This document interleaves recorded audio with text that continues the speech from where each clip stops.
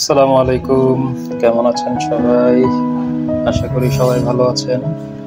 শুক্রবারে গিয়েছিলাম আমরা ডেমরা শীতলক্ষ্যার পাড়ে ডেমরা ঘাট। তো এই জায়গাটা ডেমরা কলেজের পাশে, ডেমরা বাজারের আগে। ডেমরা ঘাট থেকে যেতে এখানে একটা মাছের প্রজেক্ট আছে। এই মাছের প্রজেক্টে মানুষজন মাছ ধরতেছে। মাছ ধরতে আসলে ভালোই লাগে, এরকম পরিবেশ, সবুজ পরিবেশের মধ্যে বসে বসে মাছ ধরে সময় কাটানো ভালো লাগে। দেখেন, অনেকেই মাছ ধরতেছে নদীর পাড়ে। এই প্রজেক্টটা নদীতে লঞ্চ কার্গো দেখা যাচ্ছে। এখানে দুইটা বাচ্চা ছেলেও মাছ ধরতেছে। দেখেন, আসলে শৈশবকালটাই ভালো ছিল, কোনো টেনশন ছিল না। এই যে ডেমরা ব্রিজ দেখা যাচ্ছে, এটা হচ্ছে ডেমরা ব্রিজ। এই নদীটা হচ্ছে শীতলক্ষ্যা নদী। শীতলক্ষ্যার উপর দিয়ে এই ব্রিজটা। আমি যখন প্রথম ঢাকায় আসি, ঢাকা তখন প্রথম থেকে থাকা শুরু করি, তখন এই ব্রিজটা ছিল না, পিলার ছিল শুধু।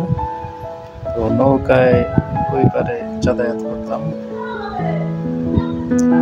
ওই যে লোকজন খেলতেছে, ওইটা হচ্ছে চরপাড়া বলে আর কি।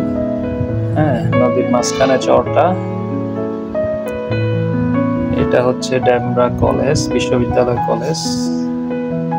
ডেমরা বাজারেই এটা।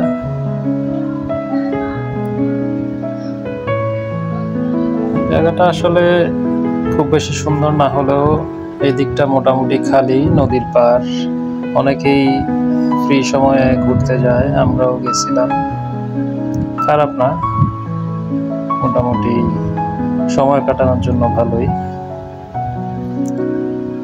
যে এটার ওই পারে রাস্তার সাথে হচ্ছে যে জুট মিল। এখানে দুইটা জুট মিল আছে। একটা হচ্ছে Bawani jute mill, Latif Bawani jute mill. দেখেন, মাছ ধরতেছে। এই জিনিসটাকে কি বলে আমার আসলে ঠিক জানা নাই, আপনারা জানলে জানাবেন। এই যে এভাবে জাল ফেলে কিছুক্ষণ পর আবার তুলে ওখানে মাছ ঢুকে ওইগুলো নেয় আর কি।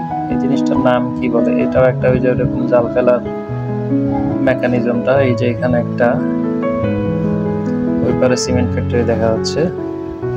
ওই জায়গাটা হচ্ছে ব্রিজের নিচে, ডেমরা ঘাটটা আর কি। এটা এই জায়গাটা, এখানে অনেক মানুষজন, চটপটি, ফুচকা এসবের দোকান আছে। ডেমরা ঘাটের টোলে শুল্কের লিস্ট দেওয়া আছে। এখানে অনেক মানুষ যায় আসলে। এটা আপনার আরো কিছুদিন পরে যখন নদীর পানি আরো শুকায় যাবে, তখন ঘাস গজাবে, তখন আরো ভালো লাগবে আর কি। ভালো থাকবেন সবাই, ধন্যবাদ। আসসালামু আলাইকুম।